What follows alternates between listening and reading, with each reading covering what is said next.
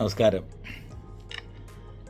Sevashakti foundation chairman എന്ന നിലയിൽ ഞാൻ ചില കാര്യങ്ങളെപ്പറ്റി ചിന്തിക്കാറുണ്ട്. ഇപ്പോൾ ലോകത്തിൽ സമ്പത്തുണ്ടെങ്കിലും ഒട്ടും കൊടുക്കാത്തവർ, ഒന്നുമില്ലെങ്കിലും അതിൽ നിന്ന് ദാനം എടുത്ത് കൊടുക്കുന്നവർ, ഇങ്ങനെ പല വിഭാഗം ആൾക്കാരെ കാണുന്നുണ്ട്. എന്തുകൊണ്ട് ഉള്ളവർ കൊടുക്കുന്നില്ല? അല്ലെങ്കിൽ നമുക്ക് എന്തുണ്ടെങ്കിലും തികയുന്നില്ല? ഇതൊരു വലിയ വിഷയമാണ്. അപ്പോൾ നമുക്കൊന്നും എനിക്കുണ്ടായിട്ട് കൊടുക്കാം, അല്ലെങ്കിൽ എൻ്റെ ആഡംബരങ്ങളും അല്ലെങ്കിൽ ആർഭാടങ്ങളൊക്കെ കഴിഞ്ഞിട്ട് ഞാൻ കൊടുക്കാം, ഇതൊന്നും വിചാരിച്ച് നടക്കത്തില്ല. വലിയൊരു ആത്മീയ വിഷയമാണിത്.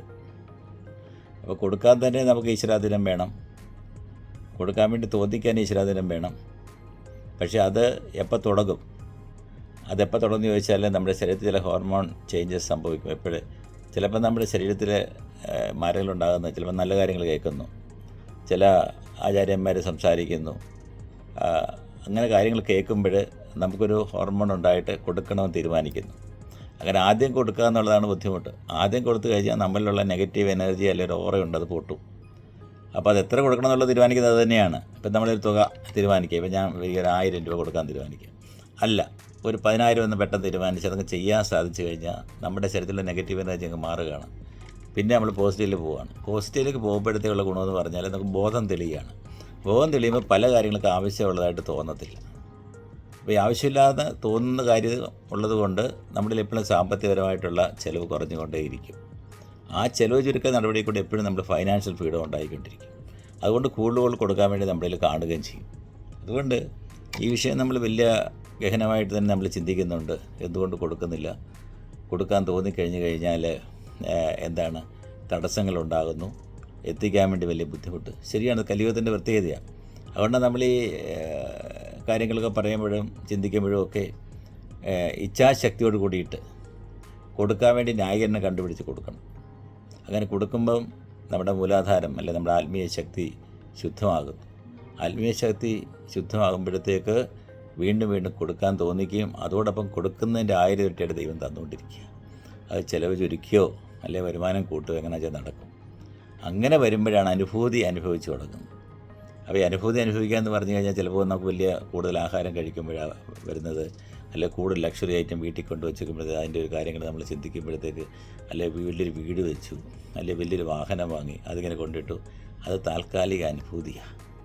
പക്ഷേ നമ്മൾ കൊടുക്കുമ്പോൾ മറ്റുള്ളവരിൽ നിന്ന് കിട്ടുന്ന അനുഗ്രഹം കൊണ്ട് നമ്മുടെ ആത്മീയ ശക്തി കൂടുമ്പോൾ, അല്ലെങ്കിൽ ആത്മാവ് ശുദ്ധമാകുമ്പോൾ കിട്ടുന്ന ശക്തി കൊണ്ട് നമുക്കൊരു അനുഭൂതി കൊടുക്കണം. ഈ അനുഭൂതി പെർമനൻ്റാണ്. ഇതിൽ നിന്നാണ് നമ്മൾ സമാധിയിലേക്ക് പോകുന്നത്. മരണസമയത്ത് ഉണ്ടാകുന്ന സംഭവം. മരണത്തെ ഭയമില്ല, പിന്നീട് നമ്മൾ പോകാൻ റെഡിയാണ്. മറ്റേ ഭരണത്തെ ഭയമാണ്. ഭൗതിക വസ്തുക്കൾ കളഞ്ഞിട്ട് പോകാനും നമുക്ക് മനസ്സില്ല. ഭൗതിക വസ്തുക്കൾ അനുഭവിച്ചിട്ടുള്ള ആസക്തി തീരുന്നില്ല, ആഹാരം അനുഭവിച്ച് തീരുന്നില്ല, ആ കൊതി തീരുന്നില്ല, വസ്ത്രം ധരിച്ചതിൻ്റെ കൊതി തീർന്നിട്ടില്ല. അപ്പോൾ ഇങ്ങനെ അനുഭൂതികൾ അല്ല ഇങ്ങനെ പല പല കാര്യങ്ങൾ അനുഭവിക്കാൻ വേണ്ടിയുള്ള ചിന്തകൾ വരുമ്പോഴത്തേക്കാണ് നമ്മൾ ഭഗവത്ഗീതയിലെ കാമക്രോധ ലോഭം 3 വാക്കിൻ്റെ കാര്യം വളരെ വ്യക്തമായിട്ട് പറയുന്നത്.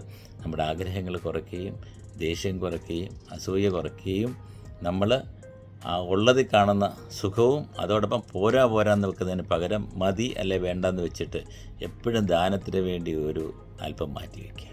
എത്ര ഉണ്ടെങ്കിൽ പോലും ഇച്ചിരി മാറ്റി വെച്ചിട്ട് നമ്മൾ ചിലവാക്കി പഠിക്കുക. അപ്പോൾ ദാനം സ്ഥിരമായിട്ട് നമ്മൾ പ്രാക്ടീസ് ചെയ്യുമ്പോഴത്തേക്ക് ഉണ്ടാകുന്ന ആത്മശുദ്ധി വളരെ വലുതാണ്. അവർക്ക് സാമ്പത്തികപരമായിട്ട് ഒരു ബുദ്ധിമുട്ടും ഉണ്ടാകുന്നില്ല. എന്താണോ വേണ്ടത് ആവശ്യാനുസരണം അത് എത്തിക്കൊണ്ടിരിക്കും. പക്ഷേ ഈ ഒരു തിയറി അറിയത്തില്ല. അതുകൊണ്ടാണ് വീണ്ടും വീണ്ടും ഞാൻ പറയുന്നത്, ദാനത്തിൻ്റെ മഹത്വം നമ്മളൊന്നുമില്ലെങ്കിൽ കൂടി അതിൽ നിന്നും എടുത്ത് കൊടുക്കണം. ആ അനുഭവം നമുക്കുണ്ടാകുന്ന ശക്തി അല്ലെങ്കിൽ ഉണ്ടാക്കി തരുന്ന ശക്തി വളരെ വലുതാണ്. ഇതറിയില്ല. അതുകൊണ്ട് എന്ത് കിട്ടിയാലും അത് വീണ്ടും പോരാന്ന് വെച്ചിട്ട് കൂടുതൽ ആഡംബര വസ്തുക്കളൊക്കെ നമ്മൾ വാങ്ങിക്കുമ്പോഴൊക്കെ നമ്മൾ ശ്രദ്ധിക്കുക, എപ്പോഴും ദാനം അതിൻ്റെ ഭാഗമാകുക. അന്നം നമ്മൾ വാങ്ങിക്കുമ്പോൾ ഇല്ലാത്തവർക്ക് അന്നം മാറ്റി വയ്ക്കുക. വസ്ത്രം വാങ്ങിക്കുമ്പോൾ ഭിന്നശേഷിക്കാർക്കോ കിടപ്പ് രോഗികൾക്കോ വേണ്ടി ബെഡ്ഷീറ്റോ ഡ്രസ്സോ ഒക്കെ നമ്മുടെ വീടിനടുത്തുള്ളവർക്ക് വേണ്ടി നമ്മൾ വാങ്ങിക്കുക, അല്ലെങ്കിൽ സ്ഥാപനത്തിന് വേണ്ടി വാങ്ങിക്കുക. അങ്ങനെ എപ്പോഴും നമ്മൾ ആ ചിന്ത വരുമ്പോഴത്തേക്ക് ഈശ്വരൻ നമ്മളായിട്ട് തീരുന്നു. അതാണ് ഭഗവത്ഗീതയിലെ 16-ാം അധ്യായത്തിൽ പറയുന്ന ദൈവ അസുര സമ്പദ് വിഭാഗ യോഗം. അതുകൊണ്ട് നമുക്ക് ഈ ദാനത്തിൻ്റെയും ധർമ്മത്തിൻ്റെയും കാര്യം സംസാരിക്കുമ്പോൾ വളരെ വാചാലമായി നമ്മൾ സംസാരിക്കും. എല്ലാത്തിൻ്റെയും പരിഹാരം ദാനം. ആ ദാനം വരുമ്പോൾ ഓട്ടോമാറ്റിക്കലി നമുക്ക് എല്ലാ നിയന്ത്രണവും വരികയാണ്. ആത്മസുഖം വരികയാണ്. ആരെയും ഉപദ്രവിക്കത്തില്ല, ആരെയും ചതിക്കത്തില്ല, ആരെയും വഞ്ചിക്കത്തില്ല. അങ്ങനെ നമ്മൾ മുന്നോട്ട് നീങ്ങുമ്പോഴാണ് നമുക്ക് എന്താണോ ഏത് സമയത്ത് വേണ്ടത് അത് തരാൻ വേണ്ടി ഈശ്വരൻ തരാൻ തയ്യാറാണ്. പക്ഷേ നമ്മളൂടെ ഒന്ന് കൊടുക്കാൻ തയ്യാറാകുക. കൊടുത്തു കഴിയുമ്പോൾ അതിൻ്റെ എത്രയോ ഒരു ഈശ്വരൻ തയ്യാറാകുന്നു. അതുകൊണ്ട് ദാനത്തിനും ധർമ്മത്തിനുള്ള പ്രാധാന്യം നമ്മൾ മുന്നോട്ട് വയ്ക്കുമ്പോൾ നമ്മുടെ പ്രയാസങ്ങൾ കുറയുകയാണ്. നമുക്ക് സന്തോഷം എപ്പോഴും തരും. ചിലവുകളില്ല. അതിനുള്ള കാരണം തന്നെ വന്നു ചേരും, ചിന്തകൾ വന്നു ചേരും. അപ്പോൾ ആ ചിന്തയുടെ കറക്ഷനിലാണ് എപ്പോഴും നമ്മൾ ദാനം പരിശീലിക്കുക, എല്ലാ ദിവസവും പരിശീലിക്കുക. എല്ലാ പ്രവർത്തനത്തിലും ധർമ്മത്തിൻ്റെ ഭാഗം അത് മറ്റൊരാൾക്ക് ഉപദ്രവം ഉണ്ടാകുന്നില്ല, ഒരാളുടെ കണ്ണീര് കാണുന്നില്ല, അല്ലെ വേറെ ആൾക്ക് അർഹമായി നമ്മൾ എടുക്കുന്നില്ല. ആ ഒരു ചിന്ത കൊണ്ട് നമ്മൾ പ്രവർത്തിക്കുമ്പോൾ എല്ലാ ആക്ഷൻസിലും, അതാണ് ക്രിയായോഗത്തിൽ പറഞ്ഞത്, എല്ലാ ആക്ഷൻസിലും അനുഭൂതി, സന്തോഷം. ആ സന്തോഷമാണ് ആത്മസുഖമായിട്ട് ഈ ലോകത്തിന് നമുക്ക് കൊടുക്കാനുള്ളത്. അപ്പോൾ അതിനുവേണ്ടി നമുക്ക് എല്ലാവർക്കും ശ്രമിക്കാം. സേവാശക്തി ഫൗണ്ടേഷൻ്റെ പേരിൽ എല്ലാവർക്കും നന്ദി അറിയിക്കുന്നു.